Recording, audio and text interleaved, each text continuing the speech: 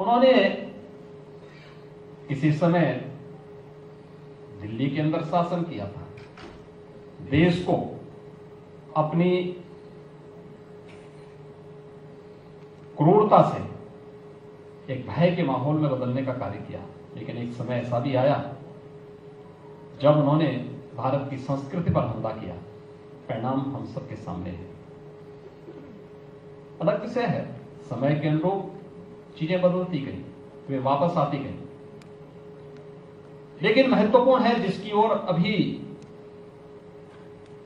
लोकसभा की पूर्व माननीय स्पीकर ने हम सबका ध्यान आकर्षित किया।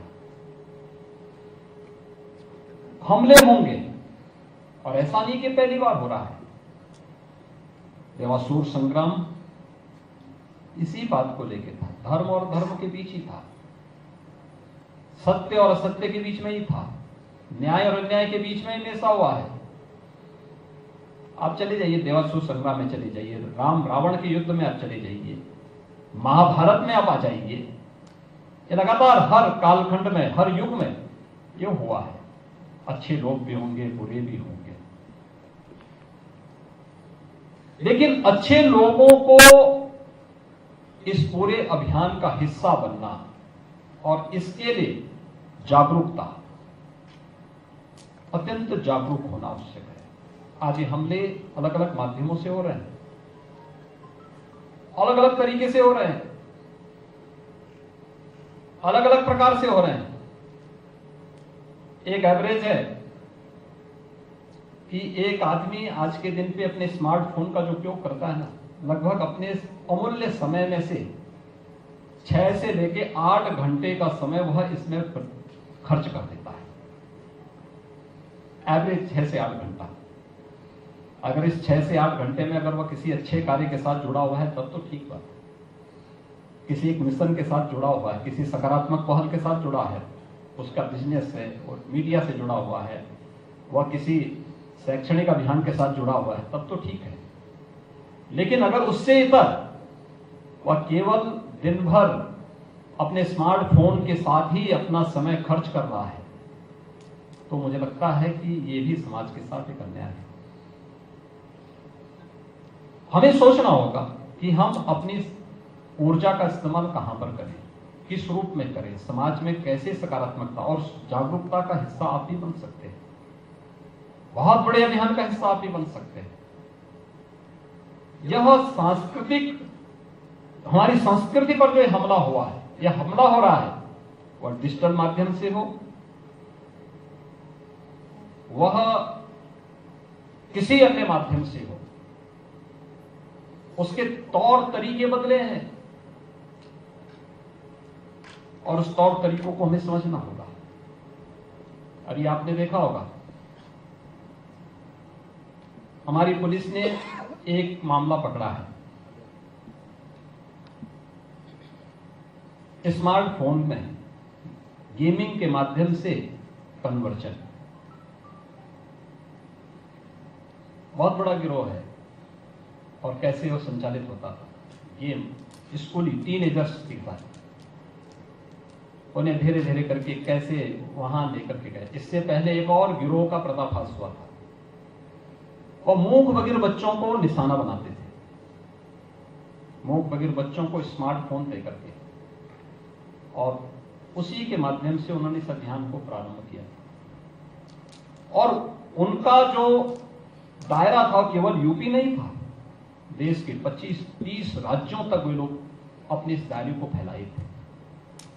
टारगेटेड उनके हमले हो रहे थे, सभ्य परिवारों के साथ जुड़ करके फिर उनके माध्यम से, उनके बच्चों के माध्यम से इस परिवार में घुसपैठ करना, फिर उसके माध्यम से पूरी व्यवस्था को इसके साथ जुड़ना।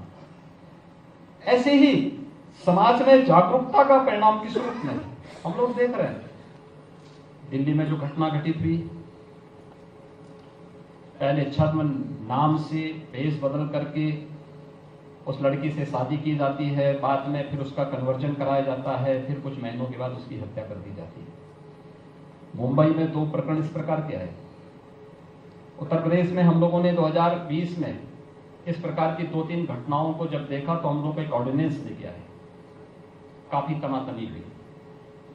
हमने फिर एक्ट बनाया, यूपी में एक्ट लागू है। तब भी घटनाओं को हम लोग जब देखते हैं, हमें लगता है कि समाज में, परिवार में व्यापक जागरूकता की आवश्यकता है। और सांस्कृतिक योद्धाओं का काम आज के दिन पर इन सब गतिविधियों पर, कानून अपना काम करेगा। आप कानून को हाथ में मत लीजिए, आप पुलिस को सूचना दीजिए, लेकिन पुलिस की बात बाद में आती है। आपकी जिम्मेदारी उससे पहले परिवारों को बताना, समाज को जागरूक करना, सही और गलत के बारे में अवगत कराना। सत्य क्या है, उन सब बातों से उनको बताना।